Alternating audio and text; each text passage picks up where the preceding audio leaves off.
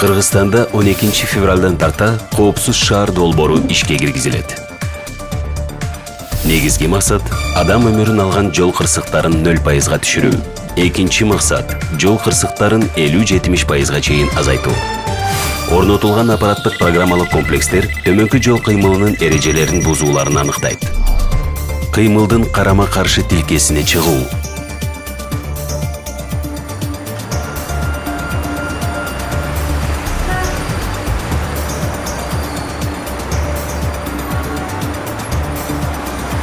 Кыргыз Республикасынын Бузуулар кодексине ылайык айып көрсөтүлөт. Ыйгарым укуктуу органдар видео тасма жана сүрөттөр иштелип чыккандан кийин унаа каражатынын ээсине айып салуу жөнүндө токтом жөнөтөт.